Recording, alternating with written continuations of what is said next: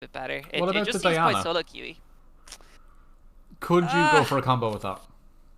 you see, the thing about that is, I like the Diana in the fact that it can just one shot the Vayne and it can one shot the squishies, but like Diana diving into backline and getting immediately Sejuani ulti or a Kale ulti immediately nullifying the damage means that it kind of nullifies the fact that Diana's been locked in the first place. So I don't know. But can the Shen save her?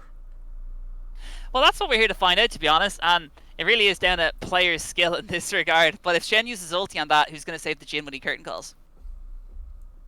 Yeah, it's an interesting one. Even though you have to give TUD the draft caster buff, I still feel that their comp is just a better idea behind it. Their concept going in is Vayne's going to carry. So what do? We give it a Kale ult, we give it a Lulu ult, we give it Sejuani peel, Leon, and then we have extra damage with a Kali to run around and do other things. So it seems like a really good idea. And then NCI have came in with this idea of, I guess, side lane pressure with Shen and assassin potential with Evelynn and Diana. yeah, I like what they're doing to it, but I just don't see a world where it actually pulls off. It like No. TUD's comp is easy to execute, and that's what I like about it. You get the Vayne in the back, and she does mad things. And I think the rest of the members all just know I sit on the Vayne, she wins game. Yeah, that's what I'm thinking. Like, I don't think Jin and Braum fit in with the idea of the rest of the comp. Maybe if they did pick up the Leona, it was banned away by them TUD. If they did pick up a Leona or something else that has engaged, like maybe even a Nautilus, something that can go in instead of Braum who's standing up with the wall. I think Shen has a better chance of getting in then and actually doing something and helping that Jin get onto the right targets. It just feels very comfort champions for NCI compared to a comp for TUD Apes. So I'm looking forward to seeing what TUD are going to do with the comp, if they can just kind of ram the idea and the concept of that comp down the throat of NCI. But can NCI actually make those picks work with the Evelynn? Or will it end up like Reckless at the finals for summer, where he just farms his Jin and then ends the game 0-0-0? Will he be able to get into the game at all? Will Gloob have it?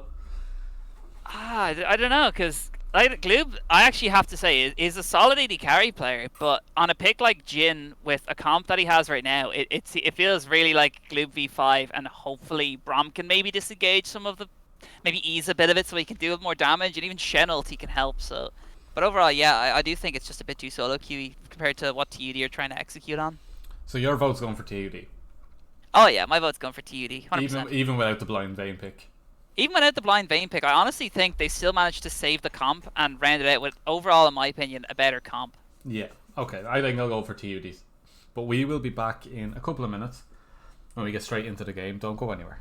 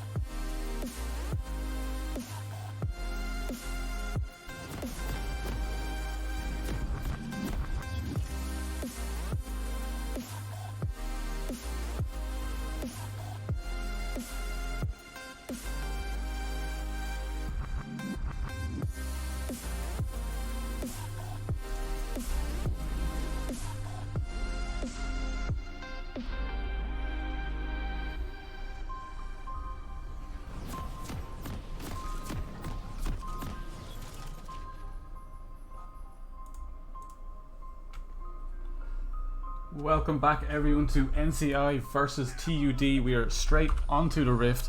OVK, how are you feeling about this one? Yeah, I'm feeling really, really good about this one. I do see my favorite champ locked in, so I am absolutely over the moon. And Blank's playing it, the only AD carry by myself and probably Vanguard who I would actually trust with this champ. Okay. So I don't know, this should be real good. And Vanguard, okay, so you have a few in there. There's a list. I play Vayne if you really wanted me to. I wouldn't trust me though. No, this is not a champion I could actually play. It's the auto attack cancel when you ult that always throws me off. You know when you ult and you queue forward and you click on someone, but like it stops that stutter step for a second. Yeah, it stops the animation where it can count. Yeah, I don't know. I find with me, it's just because maybe the amount of times I've played the champion and just the generic nature of it. But I find she's fluid. She's just so fluid. The auto Q autos and like weaving it in. She's like nearly Ezreal-like in the way she just weaves auto together. Okay, I can feel that. It's not fluid for me. Maybe I'm just getting old. Maybe I gotta give up the mantle of the 100% Jinx ban rate and just hand everything over to you now. Okay, you can be the new one. No way. Do I get the title of the the best ADC that got 7 bans in one game? I'm actually ecstatic over that now. I got 7 banned in one game though. I swear to God, it was the weirdest one. They picked Whoa. 2 ADCs and 5 banned me, and then I won. But nonetheless, it was wonderful. But as we do have a look around, we got the lane matchups now. We get to see the new pretty items that everyone complained about on Reddit, but Twitter seems to like them. Yeah, I've noticed that, and Mark Yetter seems to be getting a lot of hate and a lot of praise for what he's done with the items. It depends on which website he likes better. That's where he has to go. But nonetheless, I do like new items. They have brought new life to the game, which is always good. It's one of those things where like anyone that's complaining doesn't want to get used to new stuff. They just want to play Season 5 again. You know? Yeah, I mean, I can understand it. To be honest, like, I haven't played much at all, because when I first played AD Carry, like, I enjoy playing Jhin, but I didn't like the idea of Jhin being really inherently the strongest champion in the game, because as a playstyle wise, he's just super kind of boring. Yeah. Very one-dimensional play, and I think, like, don't get me wrong, he's really strong. As we're about to see right now, as Mezzi gets super low, flash forced, Ignite is available, but they're not going to go any further, and just a lot of damage coming out, as I was saying about the Jhin. He does do bits, as we're clearly seeing here. Yeah, and especially when you pair that with something like Braum, who has that very, very quick turnaround where you can protect and attack very quickly. It's like you throw that shield up, you throw a Q, and you're not going to trade well into that. So very, very well done already. I do expect them to win this lane. Like, Jhin and Braum should be winning in that early game. It should be down to Blank to just farm up, pick up the... Oh, you missed a cannon. If I was that Sejuani, I'd turn around and leave. It's not worth ganking now. But we do see the camping in bot and the mid trade. Yeah, we do see Prism going forward in here for the gank. Nayafari is forced to flash. The Braum passive is trying to do it as big can, but it's not. And Blank picks up the first blood back. Gloob is super low here, and he's kind of trying to run for his life. Blank doesn't have the Condemn available to him just yet. Is sitting on the level 2, so I think he has to wait for level 3 to grab that Condemn. But overall, a really nice trade, and that's going to be a kill. First blood over to TUD. Yeah, that's not the way you want that lane going, especially when they traded so well early to blow the flash from Mezzi, and just for them to hand it over on a silver platter pretty much. They should have had a ward in that area. They knew that Prism had started on the top side, so it should have been warded. That's just a small error that's kind of brought on a good lead into a lane where you should be winning. It's just kind of a slip up there for NCI, I think, but they can still bring it back. There was some good trading there on the top side. Demu playing Kayle. Kayle is incredibly strong but does need time, same with Vayne, so they should be forcing this in the mid game. That was a strange gank from Evelyn. Yeah, she's trying quite hard here, as we do see Bucko trying to fight the Moo top lane. The Moo's probably not strong enough to fight right now. And speaking of the subject of bot lane the thing is as well, we are looking at a pretty big rank discrepancy here, because Mezzi and Blank have played, I think, what, is it 2 ice splits or 3 ice splits together, and they're both Blank D1, Mezzi I think is D3 or 2. But like Nayafarius is, I think, plat 4 or gold, and Gloob's diamond. So there is a disparity in the support, and I guess those like one step forwards, the extra steps that you probably shouldn't be making, or a higher tier player would not have made, just ended up resulting in her death earlier. Yeah, it's the small misstep that'll open up the lane for someone that has that experience, especially playing together for 3 splits now, and then probably even in the off season they play together, because usually if you play with a college team, they become your friends after a while. and you would usually play with them anyway. So I'm sure that they've played a good bit together. While Nefarious and Gloob, this could be their first time playing together in the bot side, the first split. I'm not too sure. I know Nefarious in the past has always been a mid laner for NCI, so this might be the change with Flair coming now onto the team. I'm interested to see what kind of item. I think Blank goes for the Kraken Slayer, correct? You go for that 3-hit true damage. Yeah, I think see the build I've been looking at, because I was doing my research before this, not playing the game though, is you go Kraken Slayer into Guinsoo. either Blade of the Rune King or Ginsu's Rageblade, depending on personal preference. So it's either way you're ending up with, I'd say, a similar build to last time, but with the Kraken Slayer, I don't know. It's good on Vayne, and it has been hotfix buffed where it's on the cards to be buffed. But I personally, I don't see the item as being a lot better than Shield Bow, and even then I don't like Shield Bow first item, because that Shield Bow seems more like, it's more like if you're playing an AD carry and building Death's Dance first item or Bloodthirster first item. You just don't see that anymore, and I don't think it's big enough spike to make it worse for crit AD carries, which I think is one of the issues they're having. The thing about mythics is you need them to make your legendary items worth, because without the mythic passive, which gives, let's say, 5 armor penetration or lifesteal to your legendaries, you need that mythic to give them that extra stat, because otherwise they're kind of redundant unless it's Guinsoo's. It's one of the most broken items at the moment. Kog'Maw can solo build that and he will just eliminate you from the game. Also you can build Titanic Hydra on him now, which is fun.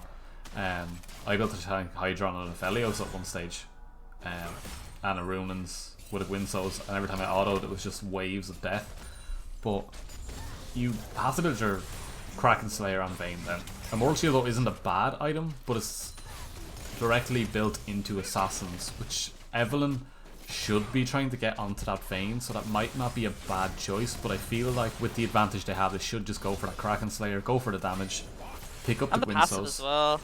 Yeah, the passive is nice, more true damage on Vayne, so she's going to shred through tanks, which is, when you're against a Shen, it's still important.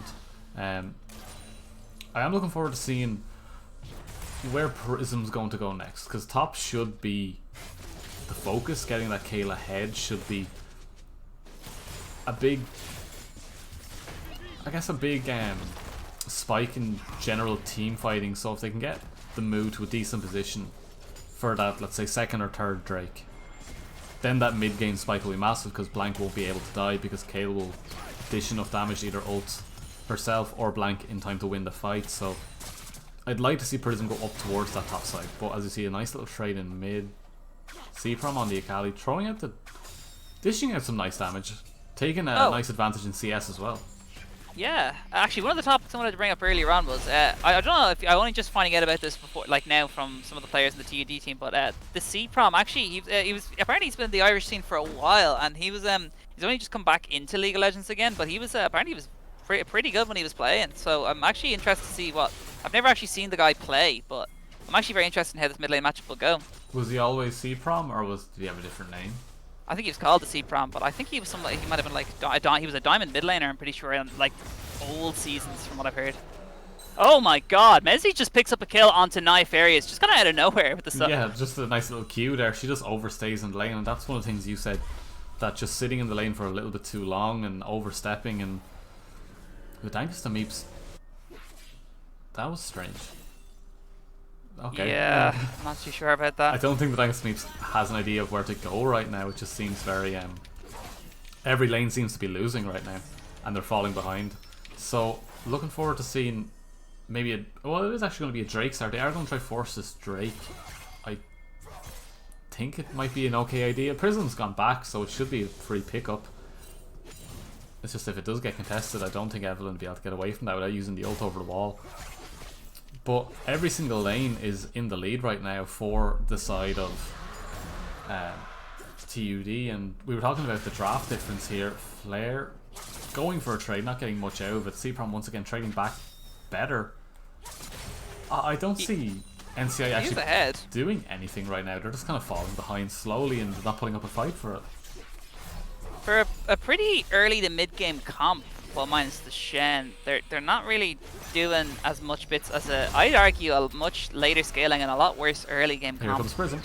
Yeah, they're coming forward. Blank with the or Q4 does miss the condemn, but Gloob is going to go forward here. Doesn't find the W onto anyone. Ifarius is super low right now as the glacial passive going to come through, and they pick up another kill to Ifarius. Meanwhile, in the mid lane, the Death Flare and Seapram are trying to fight on, but Gloob goes far forward. Gloob forced to flash. Gloob no heal, and also fighting another fight breaks up as Dankus to Beeps is going to come on to Mr. Moo here, forcing the ulti. He's super low right now. No one's around to help, and that's going to be a kill over, and NCI get their first kill of the game. Yeah, Dangus to me finds the one way in, does manage to pick up the move, but another kill going over to Blank there. Nefarious just 0 and 3 now in this bot side and just overstaying and not trading well enough, I think is the best way to put it. Just taking bad trades. Mezzy putting on, I think, a clinic on how to play an aggressive Lulu, and as they come in again, this is just bullying at this stage, isn't it? Yeah, it's a bit mean, but I think Blank does have his condemn available. We do see the ulti coming up from Nefarious. Prism is probably about to die with the heal. Heal does come through, and Shen ulti. It's trying to stop it from happening. And it's going to be a second kill coming over. Bucko is here, and he's doing a lot of damage. Blank is super low. I think might just barely get away. He's playing very aggressively. Q autos straight into the Braum shield, which was a bit of a misposition. Yeah, that was a very good turnaround there from Nefarious and Bucko, but what are they giving up for this other thing? Like, Moo just he had to use his TP earlier in the game, so he had to walk back to the lane, and Bucko had finally picked up an advantage in the lane, but then had to throw it immediately to go bot side. If the Moo could pick up a plate here and get that wave crashed in, he will pick up another advantage in the CS. The gold is currently in the favour of Bucko, and he has spent that gold, so we have to see Bucko force more now, and Thanks Memes has to get back up to that top side, but we do see it in the mid lane right now. Perfect gang timing, to be fair, because Seapram had just played very aggressively, forced a flash, Death Flare going in, Death Flare picks up the kill, and I guess just Seapram playing into Death Flare style. I've always known Death Flare as an incredibly aggressive laner who's very akin to, well, actually one of the TUD Apes other players, Asher, who I believe is playing AD carry for this, but he's a very heavy assassin player who likes to play, I think is probably one of the most aggressive laners I've ever seen. He's the Zed player, yeah? Yeah, he's the Zed player, and Death Flare is the only other player I've ever seen that's ever played more aggressively. Why do you keep saying Death Flare? It's just Flare. Oh, sorry, it's just he must have changed his name, but he was known as Death Flare before. Yeah, it's just Flare. Yeah, it's for Flare in this. When I think of mid laners in Ireland now, there's obviously Dano, but I always, for some reason, think of Arex. I haven't heard of Arex. Arex is just an Anivia player. I played against him. I was in my Plat 3 promos on my support account, and he was playing for his Diamond promos, and I beat him. But like, we had to play like a 50-minute game because his Anivia just held back everything. But oh no. And his ult came up a second after. Oh, Nefarious trying to play aggressive, not enough though. Ulti comes out to knock up Blank, passive is available. Gloob trying to get that last auto in, but Mezzy forced to ult himself. Blank goes forward, Blank pops the final hour just in time to dodge that last auto. I think Gloob really made an error there by that fourth shot. If he just hit Blank instead of forcing Mezzy there. I know he forced Mezzy's ultimate, okay, but and if you killed that Vayne, you were just dealing with an ulted Lulu with Ignite.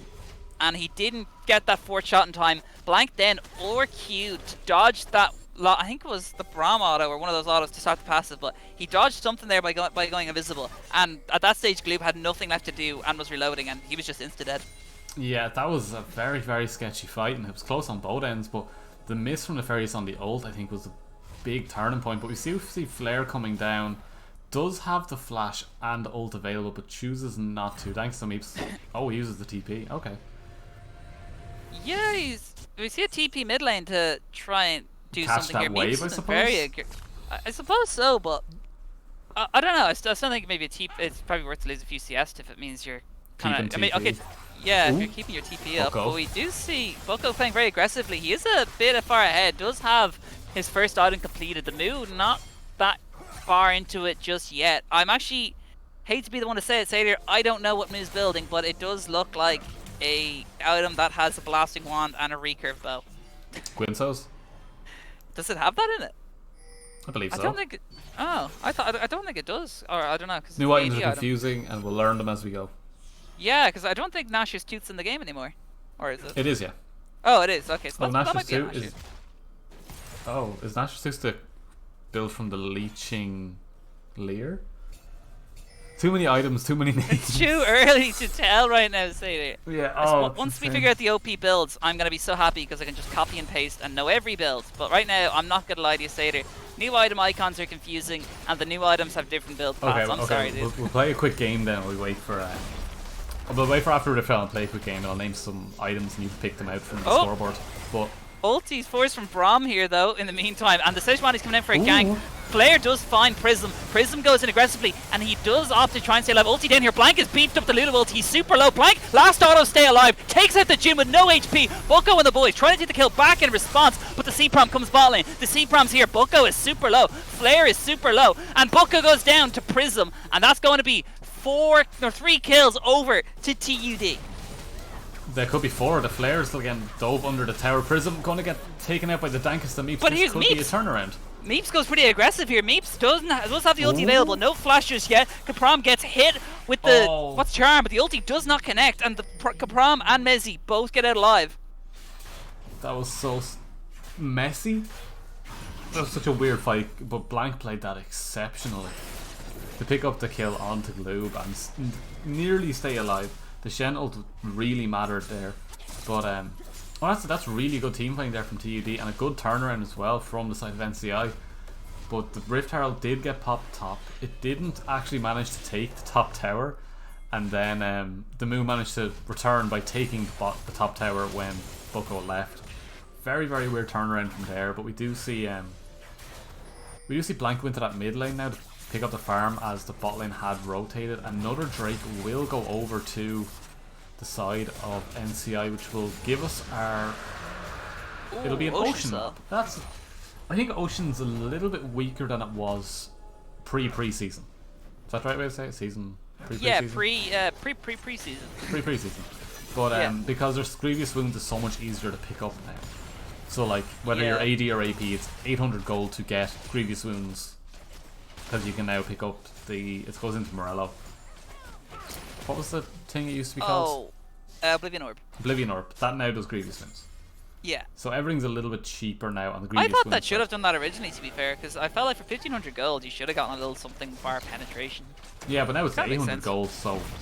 Yeah, it's pretty much just AP execution is now. Yeah, now we just need an AD Zhonya's.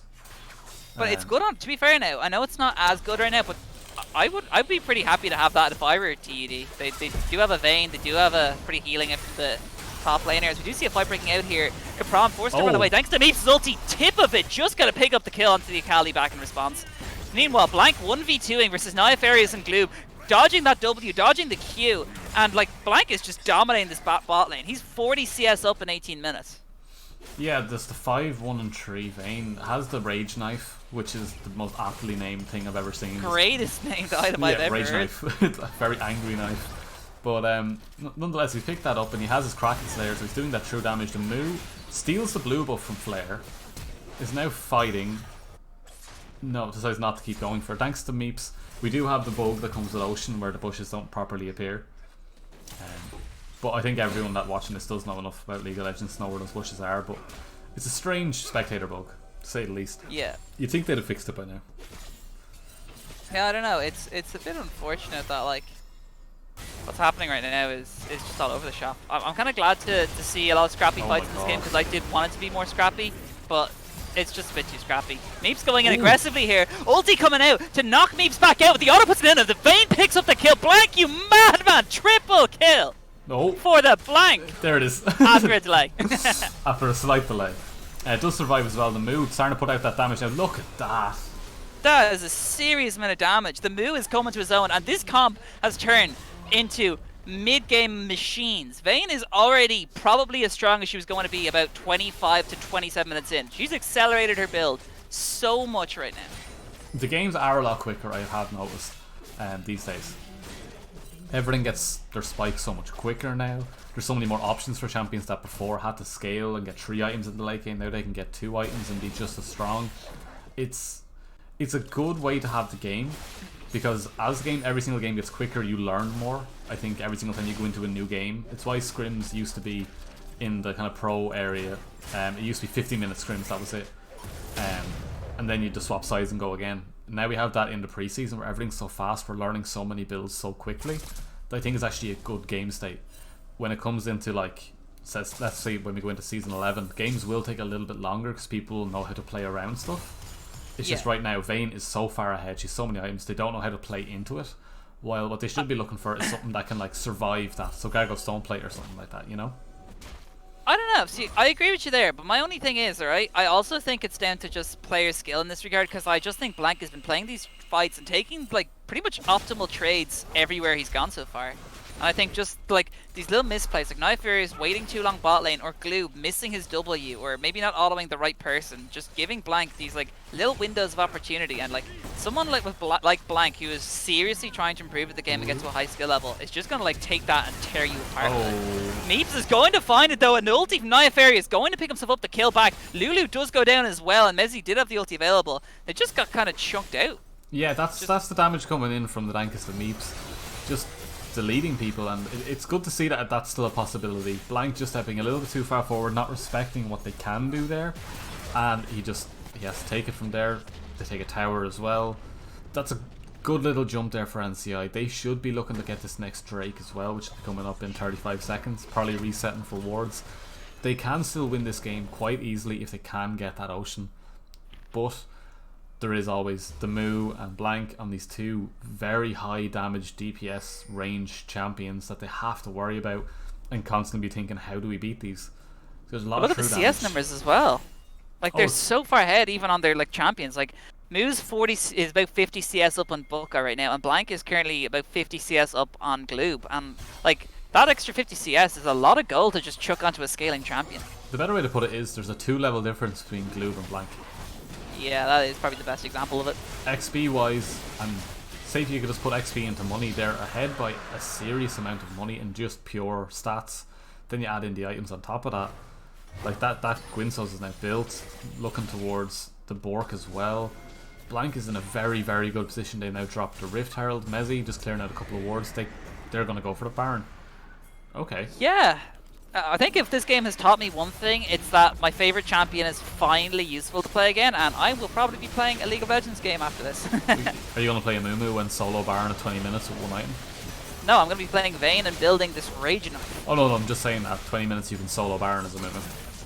Yeah, I've heard that actually. I haven't seen it in action now, but I've heard bits. CUD, do pick up the damage, do pick up the Baron. Cprom does have 3 stacks of Braum passive on him, but he is not going to get hit with the 4th. Meanwhile, Meeps in the defense. Cprom going very aggressive here. Ulti coming out. The ulti doesn't actually do the damage. The second part of the ulti going to come through, and Nefarious and the rest of NCI are kind of on the defensive here. Flare is super low, and with no ulti from thanks to Meeps, they've no burst. They've no damage to shred the rest of the team, and TUD are going super aggressive here and going very far forward. Blank and Prism going out very aggressive here. No ultis, no flashes. I think they pick up Nefarious and probably call it a day there. Yeah, they do manage to pick up the Drake as well. Very, very well done. Picking up a Baron, picking up a kill, 2 kills, and picking up the Drake, and now just going to force down this mid lane. And oh wow, okay. That Meeps got healed up with the old heal, and in response, just a lot of damage coming down onto the Moo, and the Moo is going to the Nexus, where he's going to respawn in 40 seconds. Yeah, it looked good for the Moo for a second, putting the damage down onto Dankus the Meeps, but Gloob turns it around with that lethality build, just chunking people away, and the lower they get, the more he does. But Prism and the rest of TUD here just going to walk this one in with the Baron, that's a fight. Oh, they're going pretty aggressive here. The ulti is forced from Dankus to Meep. Bucko is super low right now. He does go down. No ulti on the Evelynn again. Nefarious oversteps with the W, which I just don't think she should have taken, and I think TUD could have killed her, but I think she just kind of got away scot-free there. Yeah, just the damage reduction came through, and they kind of just went, okay, we'll just leave it for now and reset. Because they do have the Moo coming back up. Blank is going to take a little detour and take a couple more camps, see if he can finish his last item. I say that. It just needs one more. Yeah, exactly. It is a last item, to be honest. It's well, I mean, so it's strong. the Bork passive. Does the Bork passive apply twice right, with so Guinsos makes it. Rageblade? Yeah, so Guinsos on your third attack will proc all on hits twice, which means the Kraken Slayer will proc twice, the Guinso on hit will proc twice, the Blade of the Rune King will proc twice, and Vayne Silver Bullets will proc twice. So what you're telling me basically is, as soon as he completes that Blade of the Rune King, Dankus and Meeps will not be running back to the Nexus anytime soon. No, he will be teleported back, not of his own free will either. It's insane. Like we'll just watch the next time Blank starts autoing something. We'll see what happens. Yeah, because I'm just thinking right now that is a pretty good item to have on an incredibly immobile. I wouldn't say immobile, but bar like Evelynn stealth and her kind of low wee dash. I don't think they're that too much mobile. Like Jin's not very mobile right now, and neither is the Evelynn, who are the strongest members of NCI, I'd argue. Like, admittedly, Flare does have an item completed, can probably do bits, but I think he really does need help from someone like Gloob and Meeps, and if the Vayne does just manage to one-shot one of those, I think it's going to be unlucky. Flare going in very aggressively. The Moo is kind of on his own here. Braum ulti going to knock up the Moo. Rest members going in. Glacial Prison going to connect onto one. Dankus to Meeps, ulting out to stay alive. The Moo goes down. The Condemn just hit, and Blank picks up the kill onto Flare. Blank picks up the kill onto Dankus. Blank picks up the triple kill. Blank going forward here. Is this going to be a quadra kill? No, it's not, because Prism's going to pick up the kill. Yeah, Prism's going to steal it right from under Blank, but look at the damage. Even to the that tower, was the insane. extra procs, it's just... I'm actually sad now that I actually even brought up that Blank should have played my favorite champ, because he seems to have just taken it and run away with it. Yeah, you're the reason NCI lost this game. That's unlucky, man. 100%. Like. Well, as we see, they're just going to keep going and going, pushing it down. They don't need to recall. They don't need to spend all the gold they just earned. It's a 12-2 and 5 Vayne. Prism. Gloob, not going to... Gloob is very low here. He does just go down. And like gone. what? I think Flare's up now and Meeps is up. Bucko up soon. I don't think they actually want to enter that far. I actually think they're just going to leave it now. But admittedly, I think they're going to try and end right now, because they are 4v5, and I think they're just strong enough where they probably can. Yeah, because Moo TP'd back. Yeah, Moo TP back. Dankus is in the back line trying to just get someone. He picks up the kill into Mezzi. Meanwhile, Vayne goes down as well. That's going to be 2. I think they may have just made a big boo-boo here. But the Moo kills Nefarious. The Moo goes down, and it's going to be 2v3. Can TUD stay alive and do this? The Kapram, he's here. He's still alive. So is Prism, and they just want to end right now. Meeps is alive. Doesn't have the ulti. Does have the smite available to him. And I think they're just going to concede it. That might just be the game. They're not going to concede. They're going to fight all the way. Look at Gloob. Oh. He's stepping forward. He's going for this. C-Prom. C-Prom, can you expect a? No. Not an expect a. No. I was kind of hoping to see them drop a ward somewhere, just for the TP to come through, so C-Prom just to kind of... Oh, there is actually a ward on the back of the Nexus. Ooh, that would be hot and spicy like a Cheeto if they did actually ulti on that. Or TP on, because the C-Prom, 30 seconds, does have it available. Can they see that? No, they cannot. So, this is over then. It could be. It very well could be. I think Bucko would be able to get back in time if you could TP to a minion that spawns. Nefarious is I'd have to adjust spawn though. Yeah, I think if C-Prom picks up... Because anyone's that are up there right now, it's already they're already past the turret, and at that time, by the time he actually does that, I reckon they probably have already ended the game. Although they don't have any vision, like other vision to tell where the rest of the team are, so... I don't know. They probably think Evelynn's probably chilling in Nexus when... Okay, they found her. We might see a TP in a second. But we do see Blank blowing up Flare. Oh my god, Blank. You're doing insane damage. Yeah, that's a Phantom Dancer now. Yeah, that was a Diana, but then it wasn't. It's kind of like just like a high-speed card, like hitting flies as it flies around the track. That's how this Vayne is. It's just look at that through the shield and everything. Oh my god, through the shield he's about to murk her. That's like, what, 70% damage reduction or something? There's a mad number of damage reduction you get off that E-shield. So oh, no. I'm very shocked. Do you see the ulti coming out? But Gloob does try and stay alive, does try to run away. And we do see TP coming in from the C-Prom. He's going to try and maybe just end the game here. I'm not too sure. Blank's going really aggressive. Blank heals with the aggressive heal to go for Gloob. Gloob is no summoner. 3-prop wonder. Nefarious, you have nowhere to go. And that's going to be the double. That's going to probably be the game. TUD, you really showed up game 1. And I honestly, they've got to feel sore. And NCI have got to feel very sore after this one. Yeah, that's insane. Blank and the Moo doing insane damage. C-Prom Prism doing their jobs as well on the back, and Mezzi just playing a very clean Lulu. Very, very well done, but like Blank was just... That was illegal. That was lethal. It was that insane. Was just nuts. He did so much. Welcome to Season 11, people. Right, we'll be back in a couple of minutes. Don't go anywhere to see Blank in Game 2 and see if you can do the same again.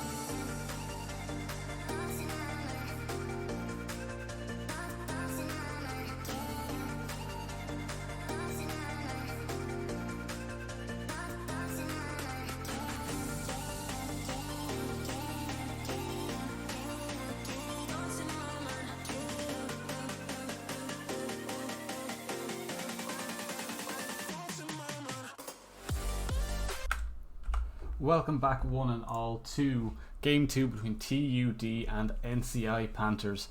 So, in Game 1, we saw Vayne take off, and it was an interesting one, for sure.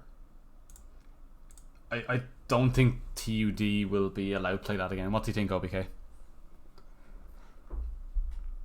If OBK is here.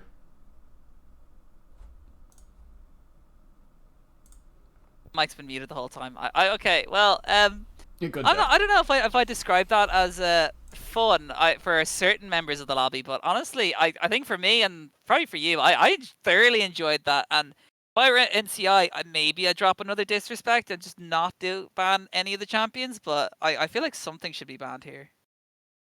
They didn't actually ban the Kale, more interestingly. But they didn't ban the Vayne. So maybe they have an answer to it this time around? Or they pick it.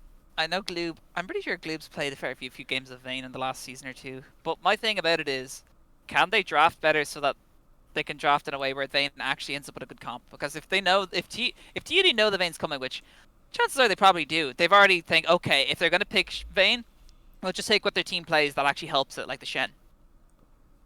Yeah. So they picked the Shen again. Well, TUD Apes have taken it this time. So Yeah. Moo has obviously played a good bit of Shen. He's an exceptional player, and I'm sure he's actually put some time into that champion as well. But Akali and Ashe picked up by NCI Panthers. That's an interesting set now. What's the plan going forward then? Is that going to counter the Vayne? Well, in terms of lane counters, it's probably one of the worst matchups early because Ashe can easily just apply that W frost shot and apply the W slow, and you're pretty much not going to be moving for a while. And especially as Vayne, you're just going to be forced to sit in the turret and scale up. Although admittedly, I think there is actually a level of counterplay to that where if you time it correctly and you just end up condemning Ashe, she's a lot easier to kill than if she doesn't have ulti, than something like a Jhin that can just easily one shot you. And TUD Apes are going to hover the Jhin. The Sylas pick I think is a little more interesting though, no? I haven't seen Sylas do well at all currently. Neither have I, so I'm pretty interested in what the C-Prom's doing here. Maybe he's taking it back to Season 5, or, well, Sylas wasn't even released back then, but maybe he's just taking it old school. But I actually enjoy it, and I think that's immediately seeing the Ashe, he probably just thought, I can take a really nice ulti here. He's trying to play like Caps, that's what he's doing. Well, yeah, it's good counter to the Ashe, because now NCI are on the back foot because they don't just have that single engage tool of the Ashe ulti. If the C-Prom just times it where he can just go bot lane, get Ashe over, and then put that down when he wants to. Yeah, so we saw Caps do that at Worlds against, was it Damwon they played? Or was it Top Esports? It was Top, I think. It was one of the games anyway where Caps picked up Sylas and completely one-shot an Italy with an Ashe ult. Because the scaling is insane. And it turned around a massive fight. So Caps putting on a clinic that time, playing that. As we see the Lulu picked up, they're taking that away again from TUD. NCI picking up a good bot lane there. That's a good bit of damage added in because Ashe wants to build that attack speed early to keep that slow, and then adding in some on-hit damage from the Lulu is very, very nice. The Zac ban coming in again. Malphite. I don't. What's the Zac ban for? Is it Jungle? Prism? Jungle, yeah. Oh. Prism's a really, really good Zac player. And then the Ornn ban, standard enough. Ornn is very, very strong, always because he has the upgraded items. He just has that insurance of late game that you will continue to scale. And then the Nautilus banning is a support, so that's good into the Jhin. Jhin Nautilus is an incredibly hard lane to play into because if something hits, everything hits. Yeah, it's very oppressive. Yeah, it's not going to stop. So I'm looking forward to seeing what NCI Panthers are going to pick here. They've Maokai. Okay. That's a lot of CC. I actually do think this is actually better drafting than last time because they have a beefball tank top laner who provides a wide range of CC because you have the lock up in the W and you have the ulti to get some wide range roots. And you have the Ashe ulti for that CC and Lulu to keep the Ashe alive. So you have a bit of backline carry and you have frontline carry potential from Akali diving their backline. I So, know, I but like this. Sylas can take that Maokai ulti and do so much more with it. And Lulu ulti. They are kind of Yeah. feeding into this Sylas, I will say. I think but the Thresh is Maokai- locked in. What do you think of that? I like Thresh. I think Thresh is always going to be that like perfect support. He's never going to be broken. He's never going to be weak. He's just perfect because he does a certain job, and it's catch and protect. And he's just really good at it because he has a hook and a flay, so he's going to be able to catch stuff. He can flay stuff away, so he has both on that, and then he has the lantern. He's just a very good, well-built support. It's the same as he's engaged Annie. and disengaged. He's so good. Annie's just like, I can safety farm for the entire game and then just hit any button and you'll get stunned. It's fine. It's easy. But like Thresh is just the all-round perfect support that doesn't do damage. That's the one thing he doesn't do. But they rounded it out with Kayn. I don't know if you've even seen the stats lately, but I've been hearing rumblings about Kayn and how strong he is in the current preseason meta. I've heard AD Assassins are doing well, and I've heard that one of the top picks among them is Kayn. So I actually do like this pick by Prism. I haven't seen him play it, and I don't know how it's going to do into this particular comp, but it's good dive potential for the Ashe Lulu bot lane, especially since the lane isn't necessarily great pre-6. It's probably better than Volibear as well, and it has, if he goes Rast, a bit of tank shred in the kit, so I actually really like that pick for Prism. Yeah. I think overall, right, it's heavily TUD favoured, because we have the image of them last game playing them so well. But the NCAA Panthers this time around have a comp that I think works well on paper. There's obviously a lot of execution that needs to be done, but on paper it looks really, really good. It has big tanks, really good on-hit damage with the Ashe and the Lulu, and then a Kali for backline. It's nearly reminiscent of the last game, just with more tanks for the TUD side. The thing I'm worried about though, Sylas has so many choices. Kayn, as you were saying, you've heard rumblings. I've seen a couple of Kayns, and Shadow Kayn can be incredibly broken. It's an assassin and tank meta, which is strange to say because they usually don't go together, but it's whichever one gets ahead first. Your tanks will be tanky, your assassins will one-shot whatever isn't a tank. It's a very strange meta to be in, but I think Kayn will be able to get a pick onto either Lulu, Ashe, or Akali. I don't think Volibear and Maokai have what it takes to protect him, and that Lulu shield and ult is not going to do enough to stop a Kayn. He has that ult where you enter, you can't be CC'd. It's like a fizz E.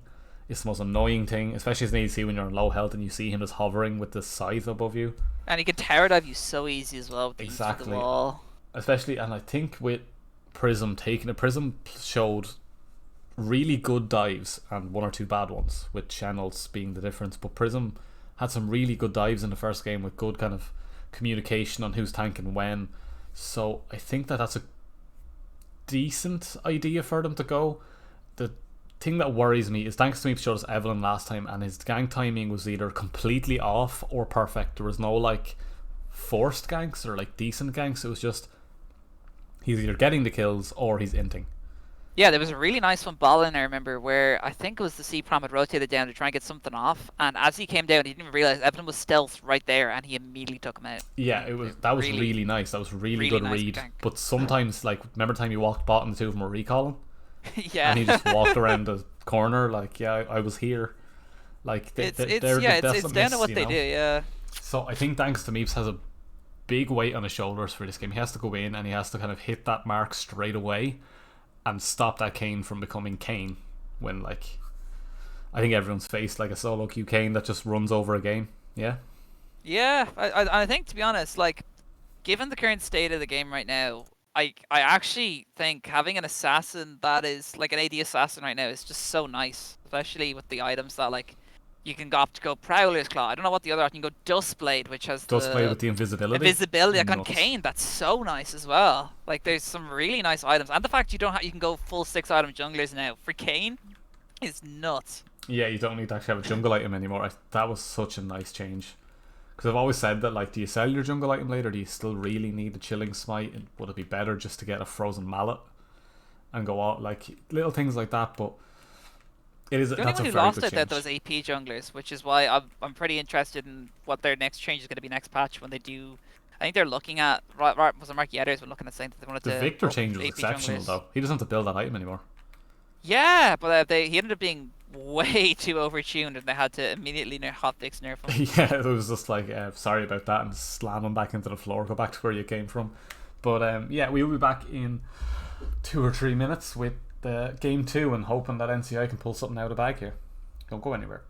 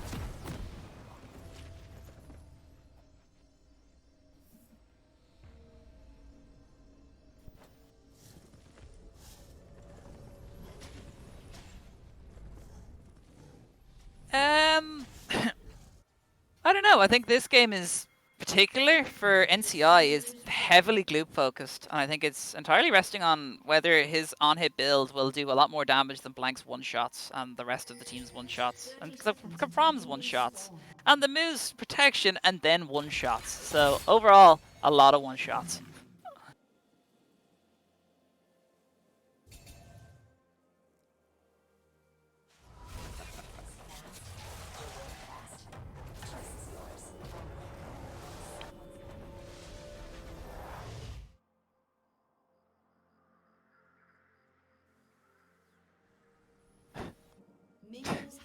Stream, but as I was saying, I'm expecting Prism to go for that start where he just goes Raptors straight over to red and then does a full clear. No?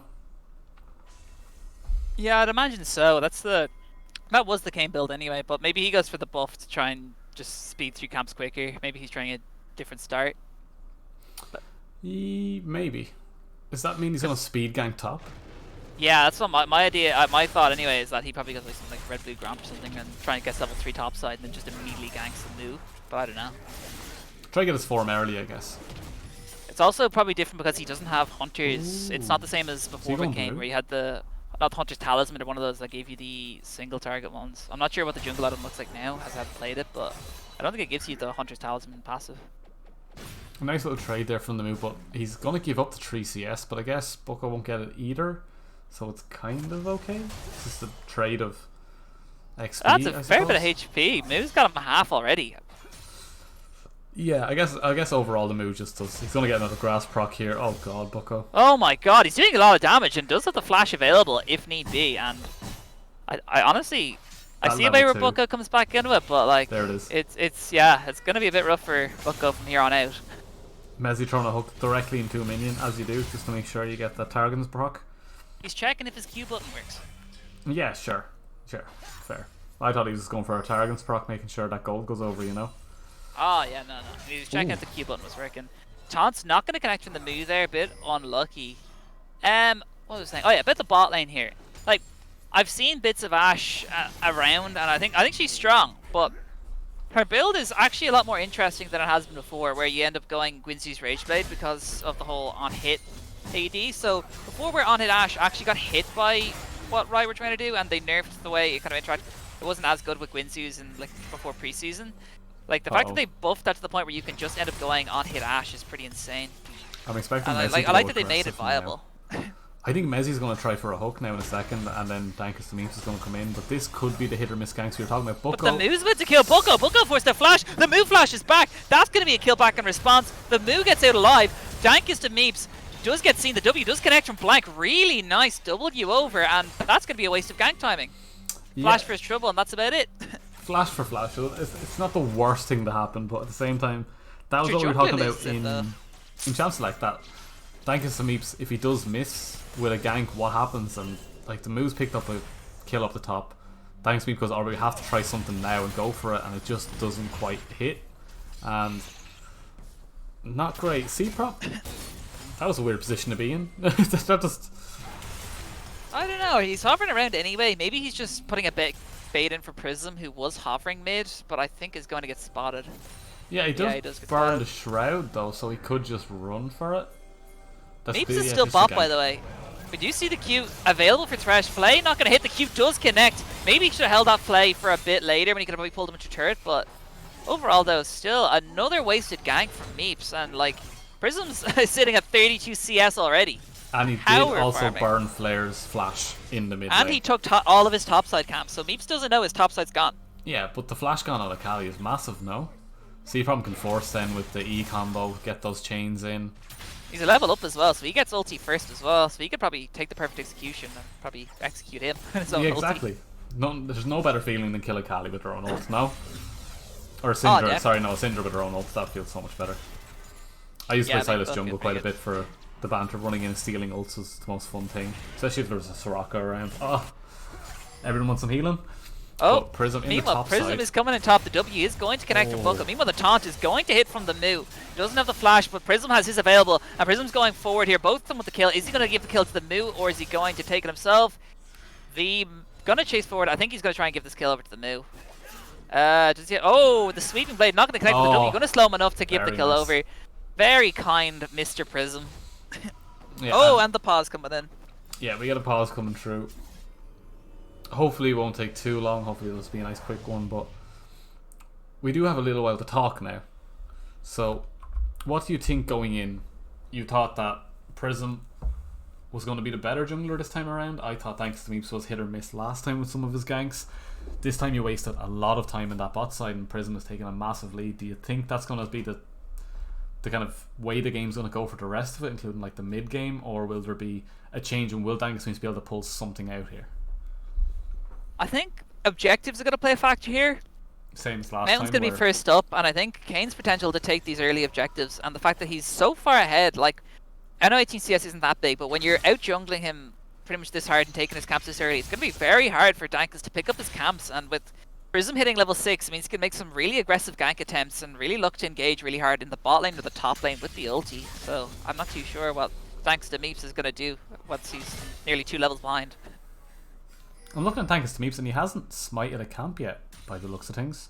Or that could just be a bug. I'm hoping it's a bug, because you need to smite to get your... consume your item. But he has 5 charges left on it. This might... They spot the dragon. Prism's here. Prism's around. Prism is the smite. Prism steals the dragon. Flay does hit. Flare is there. Blank's not around just yet. Doesn't have the ulti. He is level 4, but Flare is running. Ignite is popped on him, and Dankest of Meeps is super low right now. The Polymorph is going to come down onto the C-Prom, who does pop the Volibear ultimate this time, trying to take him low. Nayafarius doesn't have the wild growth, and the 4th shot not going to take her out. But next auto, maybe. Mezzi was trying to give that away over to Blank. Isn't going to do it. W not going to connect, and I think maybe Mezzi should have probably just taken that kill. Flash is going to be forced from Gloob though, so he is sitting on no summoners, and overall 0 for 0, and I think honestly Mezzi could have probably just, instead of trying to give that kill to Blank, which as we found out didn't happen, he could probably just have taken that and probably would have been a bit better to get the assists all around, but still overall very well played.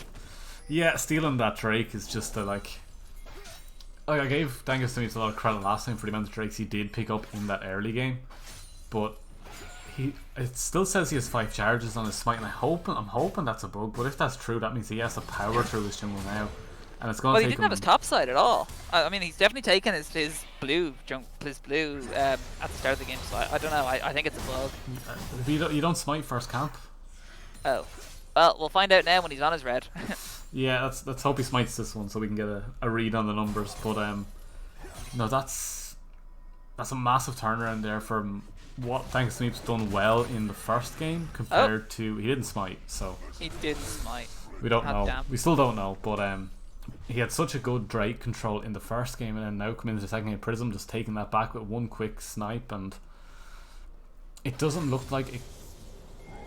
It looks like a game that TUD are just in control of again, and they just seem more ready to take fights. I think it's the best way to put it. They're more prepared for this. They're like, everyone's set up for Prism just to run in, and oh, there we go. Speaking of Prism, he does a fight come out here. Meeps is around, and so Flare does pop the ulti. The C-Prom is in the fight right now, does have the ulti. He could probably hijack the Akali ulti, which he opts to do this time, and the C-Prom coming in with the Moo, and the Moo pick himself up a 3rd kill. And he's on form this game. He's playing really well on the Shen. And what do you mean? Well, the hook does connect. The Flay does connect. The W hitting onto Clue. Blank. Really nicely done. And an auto coming down here. The E's not going to slow. One more shot to have the 4th shot. Doesn't have the flash though. Meanwhile, the C-Prom and the Flare fighting in the blue side of jungle. And I think Flare has no one to help him. No one's around. And looking like it might go over. Although the perfect execution isn't even available. Prism's going to stop doing Rift Heralds in an attempt to try and pick up another kill into the mid laner here. Yeah, that's going to be a follow. It's not actually going where we want it to. No, it's way too much help. But I'm just thinking back to game 1 where Shen was played into Moo, and now he's putting on a show here, showing him how to play. Look at him. Oh. He's playing so well on it as well. Prism's here. Prism doesn't even need the ulti. He just W's to pick up the kill onto Bucko. Bucko 0-3. Skill gapped a little bit here. Yeah, like TUD have picked 2 of the picks that were played against them last game and are showing them how they're meant to be played. I think Blank is playing Jhin exceptionally well. He's already got the advantage in the lane where you said that, well, we were saying Ashe and Lulu is a very, very strong duo. With the all-round Thresh support, I feel like Mezzi is probably putting in a lot more into that lane, but at the same time they're ahead, they're winning. You've got a plate. Getting closer to that Eclipse, I think, is what you build on, Jin. Yeah, a lot of people have been going Eclipse first item. Some of them don't go, they go Gale Force, but a lot of them go in Eclipse. I've tried Gale Force on a couple of champions. It's fun, but I don't think it's incredibly It's more strong. of a conceptual idea of this could work, but I don't think it's going to actually fit in. Meanwhile, Prism going to get found out by Meeps, and look like he's going to get over, but did he pick that up? I don't know. No, it goes over Dankus Dankus and to Meeps picked it up, but the Meeps. Moo is here and the C-Prom is here, and I think they're going to get 2 kills for their trouble, which might just be a bit worth, to be honest, when all you're ending up with that. But they do get the kill on the Prism. Oh, Blair God. is here. 2 kills are over. The Moo is 4-0 and 2. The C-Prom is super low, but I don't think he gets the kill back in response. The C-Prom barely trying to stay alive there, but it's not going to be enough. It's going to be the 1v1 Moo versus the Flare. Flare doesn't have the first item completed just yet, and I don't think he can fight the Moo. The Moo is unstoppable right now, and he's putting on a performance. He's showing us how to play Shen. It's a masterclass. Exceptionally well done, but even the way he plays around the Immolate as well, constantly proccing it. And I think this is going to be Moo's game. I think this is going to be the one where he's showing how to carry his top, which could be his next YouTube video. That's true. Hey guys, it's Moo, and we're going to teach you how to play Shen this game. Yeah, exactly. Unfortunately, the Buka will be the subject. Yeah, he's even in a wave, and he's just constant. Oh, That was a really nice hold there, where he actually made sure that wave stayed in the turret just long enough that Prism could just rotate top lane. Meanwhile, Gloob is in vision.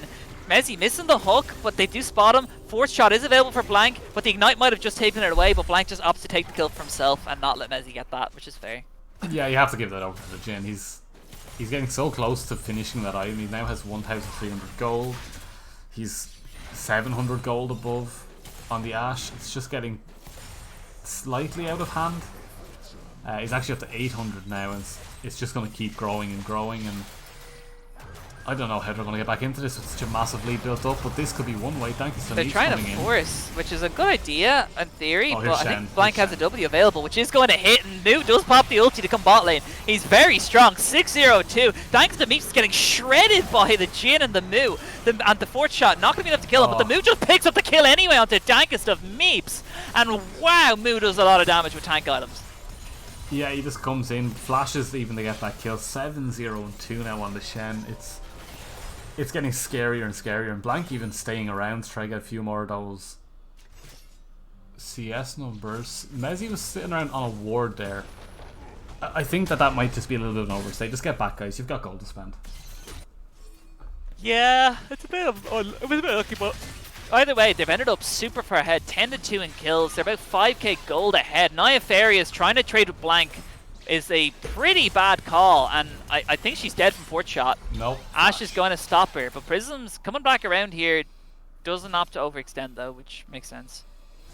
Yeah, they're relaxing right now. TUD are controlling the tempo of the game, controlling the way NCI can move around the map. Thanks to Meeps, still looking to finish consuming his jungle items, nearly at his mythic. Has been getting his camp stolen left, right, and center. Prism very, very comfortable, and like even if you look at the vision control, Moo doesn't need any, so that's not the most important. But they have no idea that Prism is actually over this wall. This could be a very easy gank, as you were saying in the champ select, that Prism can just come in here and gank whenever he wants. Just get this wave in, and it should be free. Blank hasn't recalled either, still sitting on 2,000 gold. This could be a big forced gank. They're looking for the shutdown onto Moo. Moo might be dead here, doesn't have the ulti, doesn't have the flash, and we do see the Malka ulti going to connect. He's doing a lot of damage back in the Danks to Meeps though, but it's not going to be enough, and that's a 1,000 gold shutdown going over to the jungler. That Naya Fairy is forced to ulti herself. Meanwhile, the W going to knock her up. Blank just going to blow her up with the fourth shot, and I mean, champion is incredibly strong if you walk into him at low health. Yeah, 100%, and the lethality going on to that Blank as well. He's just going to keep doing more and more. They're going to get first tower here if Rift doesn't take that top one. Danksee's finally getting into the enemy jungle, going to try steal a couple of those camps away, and there's the smite, there's the consume. I was right, that was very worrying from the start of the game, him not being able to use the smites, but Dankesweep is getting back into this game, coming back, getting a couple of kills, getting some nice ganks off, but that Shen is getting bigger and bigger, and it looks like he's going into that Titanic Hydra, which will just give him more and more damage. how do you beat a Fed Shen unless you have Blank's Vein? I was about to say you lock in Vayne, but you kind of stuck the words in my mouth there. Well, to be honest, I do think that Gloob can do stuff. He's playing on hit 80 carry that can tank shred because he does opt to go for. I think he goes Ginsu's Rage Blade into Runans, then probably like a Blade or something. So he's gonna have that tank shred later on, but will NCI get to that later on is really the question, because TUD's comp doesn't necessarily fall off more as it gets into the mid game. I'd argue it's more of a mid game comp, so I think it's looking very worrying if I were the members of NCI. If it goes late enough, I think Gloob, with enough protection, will be able to just shred everyone on the side of TUD. But NCI are looking in dire straits right now as they're getting roamed on now. They're moving around the map. The macro is coming in. Mezzi's coming up to that top side. He misses the play. He misses the hook. It looks a bit sad when they miss 3 skill shots, but they still are going to open up this tower. They're still get a turret. Yeah. But as we do see, Dankus the Meeps is in this bush, not spotted. He has one item, now. I would be afraid. The move's going aggressive here. The W going to connect onto Boko, and Boko just dies, but he did pick up the kill into Mezzi back in response, which was a bit more than I expected. Maybe a bit of an overstep by Mezzi. Meanwhile, thanks to Meeps ulting to try and stay alive, he does get a bit of that resistance. His 4th shot is available, and Blank misses the 2 shots that probably would have gotten him the kill. Yeah, the most important one is the last one. So, what? Is he doing something special here, or am I imagining things? He's actually doing a new tactic called ward dancing, where he just dances around the ward. Yeah, maybe he was trying to share gold with Prism there.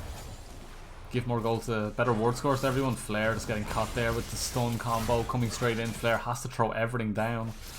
He's not even going to probably get anything out of this. He's trying to get Blank, but he does get the second execution, and by mistake, he gets the kill onto Blank. He's actually quite strong. 2-1-0, forced to flash, doesn't have the second prop with the perfect execution.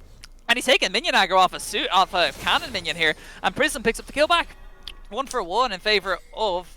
I'd argue NCI came off pretty well off that. Yeah, Flair definitely outplayed there and got a very, very nice set there. But the flash coming from Gloob into the Moo is just right behind. Oh, here we go. Gloob's just Flay hits. He hit the Flay. He didn't even need to hook that time. He hit his skill shot. Aftershock. Oh, the aftershock kill. Nothing feels worse, but oh, C-Prom. Yeah, the C-Prom. It gets polymorphed by Nefarious, who does have the wild growth available to her at this stage. I'm really hoping they're going to go for the last tier 1. They're going for the last tier 1 though. Drop the Ashel, go on. There we go. Oh, it comes down. W from Blank, just pick it up. He actually had enough damage. Meanwhile, the Shen ulti going to come through, and now Moo is in this fight, and Moo just one-taps Dankus of Meeps. So much tank shred on him. He's doing so much with those 3 autos. And when you see the hook connects, the Flay connects, the W hits from Blank with the tip of it. That was really, really nicely positioned for Blank. I'd argue a lot of worse skill players would have definitely missed that W, but Blank does it. Meanwhile, the Moo is super low, trying to stop Flair from one-shotting him, but the last chalk with the perfect execution going to pick it up. Meanwhile, Flair himself goes down. Blank hits that shot, and that's going to be 3 kills over to TUD. Yeah, they do end up losing the Moo, which is a big, big shutdown going over to Flair, but as you see, Gloob's going forward. He's not going to stop. Gloob's aggressive. The C-Prom's a bit too low. But another mess up from Mezzi there. Mezzi's W did not go far enough to reach the C-Prom. Yeah, that's a good turnaround. Prism is 3 levels up on the Dankus the Meeps. He'll be able to take this fight no problem. Ash is here though, and so is Nefarious, who does have the wild growth and the exhaust. Mezzi's going forward, probably to slow him down long enough, but oh my god! Mezzi apparently does lots of damage with his aftershock. It wasn't the Jhin at all. No. Dankus of Meeps is super low. TUD are back in this fight. The Moo doesn't need the ultimate, and Nefarious goes down. Boko is next on the chopping block. The W does connect, and Prism's running away here because I don't think they want to overextend too much for this. But like 21-7 and nearly 10,000 gold in 20 minutes. It is looking grim. Yeah, but this is a battle for top 3, but TUD just edging their way looking into top like, 1. Yeah, it looks like TUD could run away with this, but we haven't seen them play against Raheel. That's true. After playing against Raheel's Yasuo, he's really playing like. I've always known Raheel as a Yasuo TP, but since Yone came out, he's grown his champion pool to 2 champions. Yeah, he's the brother combo. I actually got the chance to cast both of them, and it was so disgusting. There was nothing to it. It was just him just gracefully jumping through enemy teams, showing exactly how to play those 2 champions. But as you see, Prism flashing away. I don't think he needed the flash. I think he could have ran that one. I reckon if the sapling actually did hit him, though, he would have been slowed enough that Maokai W would have probably connected. And Yeah, I think they might have I don't know. actually had a shot at Every that. single time I see a Shen ult, I'm like, you're fine. You can do whatever. Yeah, that's true. He actually could have probably popped the Stand United. I'm not too sure, but yeah, no, it's actually mad though that like what's happening is just a lot of damage. And yeah, Rahil's team are definitely one of the stronger ones. The Trinity team are quite strong, and like they're like Rahil was, I believe, a Masters Promos at his peak. He was like, I know he's taken a step back a bit, but he's been playing was playing incredibly well at the start of the season. And we do see the C-Prom going down, fight breaking out. It's going to be one over to NCI. The Maokai ulti going to hit onto Prism, and Prism is super low right now. The W going to pick up the shutdown from Gloob. So they get 2 kills over. They have Dragon control. Jhin is kind of hovering around here, maybe trying to pick up a kill before they pick up a Dragon. Because this puts them in soul points. Maybe a W or a 4th shot might be able to do a bit of damage here, but honestly, I don't know. He's looking for the curtain call. He's trying to hope for a miracle here and maybe try to take one of the members of NCI with them. And no, it's going to be Dragon over to NCI. It's something. They got 2 kills in the break. They're making their way back into the game, but every single time they take something that's a small step because the lead is just insurmountable. It's just massive when it comes down to how far ahead the Moo is compared to the likes of Bucko. If they play this properly and play to a side shoving 1-3-1 with Shen and C-Prom on the sides, I don't think they have anything that could possibly match them. So I'm looking forward to seeing what the idea will be from NCI going forward, because they need to find these picks, but who can they push across? Who can they leave? Who can they... It's really up to what they do here, isn't it? NCI are really, like, they're the ones who are forced to make these plays here. Like, that was a great fight for Dragons, but they are on the back foot here, and they have to be the aggressor.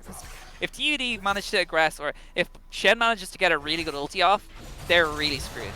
But we do see they are going to be very aggressive here. They're going to try and force something onto the move, just because they know that Stand United is such a huge tool for TUD to keep Blank alive. Yeah, Blank just deleting the Gloob, I suppose. 4th shot? Yeah, there it is. Yeah, there's nothing else to say about that. And if you see Prism chasing down Flare and Nefarious here on the side, the ult coming through from Silas catching on. Silas is a better Ashe than Ashe yourself with those ultis. That was a sniper. Yeah, and as we see them keep pushing in, Moo just tanking up his tower, not a bother on him. Gonna get stunned up by the Maokai. Prism a little bit too far in, but uses the ult. Will be able to get away nice and clean. And I don't know, it's mad. Messi missed the hook there again. I think if he hit Bucko, that was another kill going over to TUD. yeah, and Dankus the Meeps recall, and they're all going to reset here. Another tower going over as well. Tier 2 this time as well. This is their second.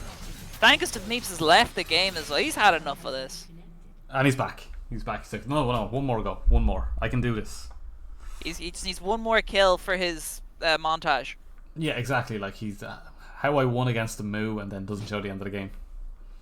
That's true. But meanwhile, the TUD just chunked Flare and chunked the rest of them. It's kind of unlucky. Like, before the pause, they were doing like a lot of damage. They were doing like TUD do so much damage right now. It's not even funny. Their Jhin has what, 2 items.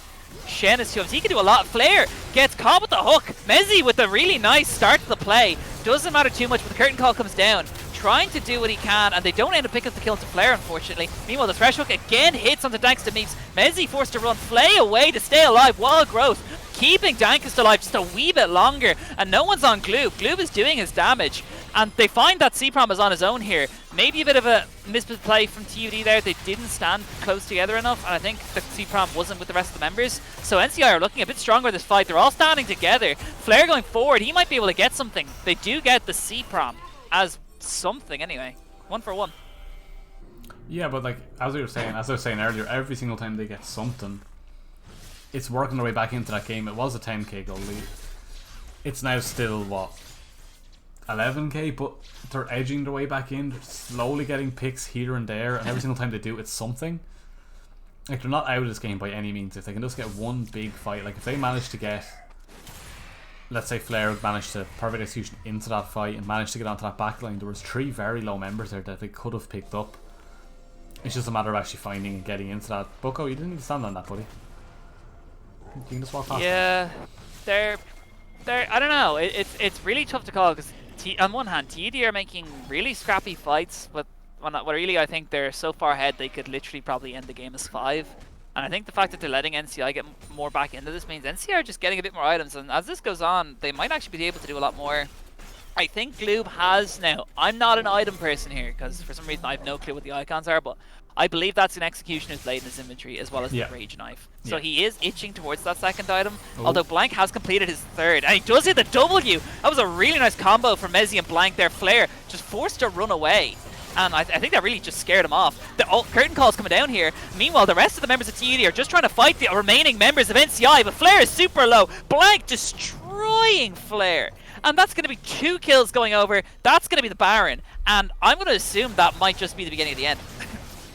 Yeah, that was just Flair just going a little bit too far forward, getting hit out by Mezzy with the hook and then following it up, and then the Moo and Prism's ulting to try and get onto Flair, not getting him, but Nefarious slightly out of position there and just gets picked off by the top and jungle combo, and that's just a massive turnaround for them as we see Mezzy go for another one. The smite comes in and it is actually stolen by Dankus the Meeps. Yeah, I'm a bit shocked. I can't believe they let that happen. 2 levels up and they managed to miss it, but the fight is... Oh, they get a game off it though. Yeah, they do manage to pick up the fight. Double kill for the Moo. 2 levels up Prism was on that smite, and he missed it. So, gods can bleed, people. TUD can bleed. Thanks me for redeeming himself there for the early Drake steal from Prism, but as we see, they are going to pick up the inhib here. There is no Baron buffs on the side of NCI. They weren't up in time to gather that. Are they going to try force this like they did last? No, they're going to actually. No, they're going to try and take 2 inhibitors, which is probably as nice, because what are NCI going to do when they have 2 inhibitors down and an Ocean Dragon up? So that puts TUD on soul point as well. They just go for the Drake. That's even better. But that Drake or the Baron steal came from nowhere. Yeah, I wasn't expecting Dankus. I was a bit in shock because Dankus the Meeps hasn't been putting on a great performance, hasn't been doing anything extraordinary, and all of a sudden he hits a pretty damn clean Baron steal. The redemption arc. The NCI redemption arc. That's true. This is it. This is the beginning of the comeback. Yeah, but Baron has just been wiped off the map for now. No one gets it. No one's allowed to play with it anymore. He's broke the game. He's raw bold. No more. But as we see, it's just going to be a reset for everyone. The inhib still does go over to TUD. Mezzy lining up for another one of those wall hooks, but Blank says no, we're just going to walk straight forward. What are they going to do about it? Blank's got his 3rd item now. He's got his rapid fire. He's got his swiftness. Oh, he's doing a lot of damage. Like Blank can pretty much one-shot all of NCI with with those items if he just tries to. It's a bit sad. Yeah, I'm looking forward to seeing how much Blank actually does to, let's say, the Dangus the Meeps, who has a Torn Mail, but misses the Flay. Does manage to get the damage, not having a great day. Mezzy is just not having a good day for hitting these skill shots. The hook did hit though. I have to give him that time. He did hit the hook. He did, but at the end of the day, like, you need to be hitting everything, or else you're going to be yellow starred for forever now. Yeah, but like the team's ahead, but I don't know. Mezzy's doing a good job of disengaging, which is the main job he probably should be doing for Jin this game anyway, for trying to keep Dankus to Meeps off and trying to keep the Maokai off him. But overall, I don't know. He's not been very proactive with his plays, and he hasn't been forcing too much. Yeah, Dangus the Meeps now going to be in a 1v1 against the Moo. I don't think that's a person you ever want to 1v1. He's 3 items, and he's got a Thorn Mail. He's also 11, 2, and 12. And 3 levels up on Meeps. Oh, the hook hits onto Bucko. They actually get some pretty serious plays. Lulu Wild Growth, not going to be enough. They're just tearing through. Prism's on his own versus 4 people, and he's still alive. The Moo picks up the kill onto the Ashe, and this looks like it's going to be the game. Dankust is down. Flair goes golden. Flair is super low. Flair actually just pick up the kill with perfect execution. Back end response onto Prism though, but doesn't matter because Nefarious is the only member of NCI alive. That's going to be the game. Blank wants the 4th shot. Blank wants the kill. He's polymorphed. Does have the reload and the ace going over to TUD Apes. That's going to be the nice, clean 2-0. TUD Apes, you did OBK, Brett. Yeah, like, I have to say, Moo got to play Kayle, didn't manage to carry with it because Kale's such a big carry right now, and says, okay, I'll just play Shen and carry instead, and just, this was the Moo's game, true and true. Blank does come through in the end with a very nice damage and a very good score, but this was all the Moo from start to finish. It was incredible the way he played the game. So Blank, you get game 1, Moo definitely takes game 2, and that was exceptional by the both of them. Any last That thoughts? was honestly, I think I would be quaking in my boots if I were TCD right now. Trinity or I'd be a bit worried looking at the performance right now. TD just put out. They were playing it so well. That was insane. Very, very well played. Over to TUD in the end, and NCI, even though they were looking for the top three, didn't really come up to par there. But we will see how it goes. We will bring more action next week. This was Seder and OBK, and we will see you again next Thursday.